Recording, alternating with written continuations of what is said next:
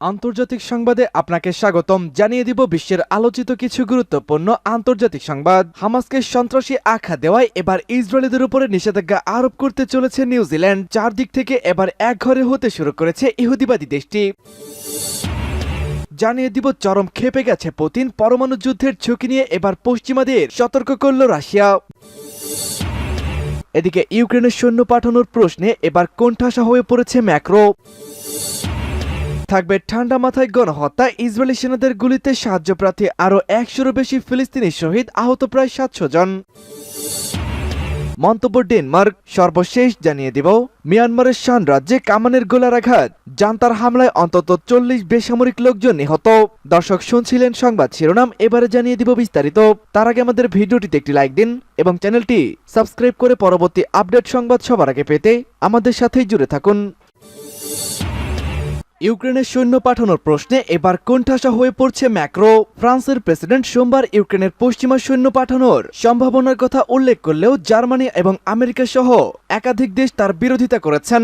এদিকে যুদ্ধক্ষেত্রে ইউক্রেন আরও জমি হারাচ্ছে। সোমবার ইউক্রেন সংক্রান্ত সম্মেলন আয়োজনের পর ফ্রান্সের প্রেসিডেন্ট ইমানুয়েল ম্যাক্রো বলেছিলেন যে প্রয়োজনে ইউক্রেনে পশ্চিমা দেশে পাঠানো যেতে পারে। তিনি রাশিয়ার হামলা মোকাবেলায় ইউক্রেনের জন্য কোনো ধরনের সহায়তা প্রস্তাব উড়িয়ে দিতে চাননি, কিন্তু তার এমন বেলাগাম মন্তব্যের পর ন্যাটোর একাধিক দেশ ইউক্রেনের সেনা পাঠানোর সম্ভাবনা উড়িয়ে দিয়েছেন।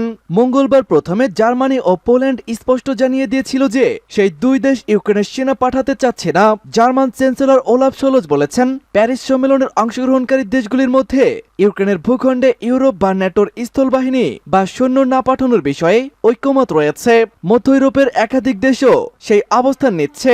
ন্যাটো মহাসচিব ইজ স্টলটেনবার্গ বলেছেন, সামরিক জোট এমন কোনো পরিকল্পনা নেই। রাশিয়ার সাথে সরাসরি সংঘাত এড়াতে এখনো পর্যন্ত এমন নীতি গ্রহণ করা হয়েছে। পরমাণু যুদ্ধের ঝুঁকি নিয়ে পশ্চিমাদের সতর্ক করলেন পুতিন। পশ্চিমা দেশগুলোকে সতর্ক করে রুশ প্রেসিডেন্ট ভ্লাদিমির পুতিন বলেছেন, যদি তারা ইউক্রেনে যুদ্ধের জন্য সেনা পাঠায় তবে তা হবে পরমাণু যুদ্ধের উস্কানি। বৃহস্পতিবার তিনি সতর্ক করে দিয়ে আরো বলেছেন, মস্কোর কাছে পশ্চিমা লক্ষ্যবস্তুতে আঘাত করার মতো ক্ষেপণাস্ত্র রয়েছে।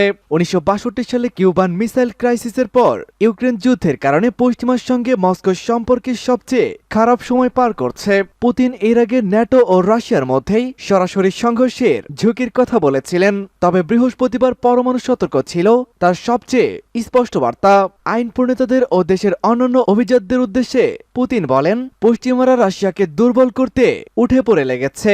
রাশিয়ার অভ্যন্তরীণ বিষয়ে পশ্চিমা নেতাদের হস্তক্ষেপ যে কতটা ভয়ঙ্কর হতে পারে সে বিষয়ে হুঁশিয়ারি দিয়েছে পুতিন। সম্প্রতি ফরাসি প্রেসিডেন্ট ইমানুয়েল ম্যাক্রো ইউক্রেন যুদ্ধে সেনা পাঠানোর বিষয়ে যে মন্তব্যটি করেছেন সেই প্রেক্ষিতে পরমাণু যুদ্ধের সতর্কতা দিয়েছে প্রেসিডেন্ট ভ্লাদিমির পুতিন। তবে ন্যাটো সদস্যদের সেনা পাঠানোর বিষয়টি দ্রুত প্রত্যাখ্যান করেছে মার্কিন যুক্তরাষ্ট্র, জার্মানি, ব্রিটেন ও অন্যান্যরা। পুতিন বলেছেন, অবশ্যই বুঝতে হবে যে আমাদেরও অস্ত্র আছে যা তাদের ভূখণ্ডে লক্ষ্যবস্তুতে আঘাত আনতে সক্ষম। এসব সত্যি পারমাণবিক অস্ত্রের ব্যবহারও সভ্যতা ধ্বংসের পাশাপাশি সংঘর্ষের ঝুঁকি বাড়ায়। হামাসকে সন্ত্রাসী আখ্যা, ইসরায়েলিদের উপরে এবার নিষেধাজ্ঞা আরোপ করতে চলেছে নিউজিল্যান্ড। ইসরায়েলের কিছু উগ্রপন্থী ব্যক্তিকে এবার নিষেধাজ্ঞা দিচ্ছে নিউজিল্যান্ড। ইতিমধ্যে অনেক পশ্চিমা দেশ হামাসকে সন্ত্রাসী সংগঠন হিসাবে তালিকাভুক্ত করা থেকে বাদ দিয়েছে। সেই তালিকায় এবার নতুন করে নাম লেখাচ্ছে নিউজিল্যান্ড। হামাসের রাজনৈতিক ও সামরিক শাখা আলাদা নয়, বরং একই। গত বছর ৭ অক্টোবর ইসরায়েলের চালানো সশস্ত্র হামলার মাধ্যমে বিশ্ববাসীর কাছে হামাসের দাবিটি পুরোপুরি পরিষ্কার হয়ে গেছে। ২০২৩ সালের অক্টোবরে হামাসের সশস্ত্র হামলা ছিল ফিলিস্তিনের পক্ষে স্বাধীনতার প্রথম প্রতিবাদ। এটা ইতিমধ্যে নিউজিল্যান্ডের প্রধানমন্ত্রী ক্রিস্টোফার লুরিকসন এক বিবৃতিতে জানিয়েছেন। তবে হামাসের উপরে আসা ওই নিষেধাজ্ঞার সাথে ফিলিস্তিনের সাধারণ মানুষের কোনো প্রকার সম্পর্ক নেই এবং নিউজিল্যান্ড গাজায় তাদের ত্রাণ কার্যক্রম চালিয়ে যেতে প্রতিশ্রুতিবদ্ধ। ২০১০ সাল থেকে হামাসের সামরিক শাখাকে সন্ত্রাসী তালিকাভুক্ত করেছিল নিউজিল্যান্ড। তবে পুরো হামাসকে এই নিষেধাজ্ঞার আওতায় আনলেও এবারই প্রথম তাদেরকে সশস্ত্র গোষ্ঠী হিসাবে স্বীকৃতি দিয়েছে নিউজিল্যান্ড। মিয়ানমারের শান রাজ্যে কামানের গোলার আঘাত জান্তার হামলায় অন্তত 40 জন বেসামরিক লোক নিহত। মিয়ানমারের দক্ষিণাঞ্চলীয় শান রাজ্যে দেশটির সামরিক বাহিনীর বিমান হামলা ও কামানের গোলার আঘাতে অন্তত 40 বেসামরিক নিহত হয়েছেন। গত মাসে বিদ্রোহী গোষ্ঠী পাও ন্যাশনাল লিবারেশন আর্মির সাথে সংঘর্ষের মাঝে জান্তার হামলায় ওই বেসামরিক নাগরিকদের প্রাণহানি ঘটেছে। মঙ্গলবার থাইল্যান্ড ভিত্তিক মিয়ানমারের ইংরেজি দ্য ইরাবতীর এক প্রতিবেদনে এই তথ্য জানা যায়।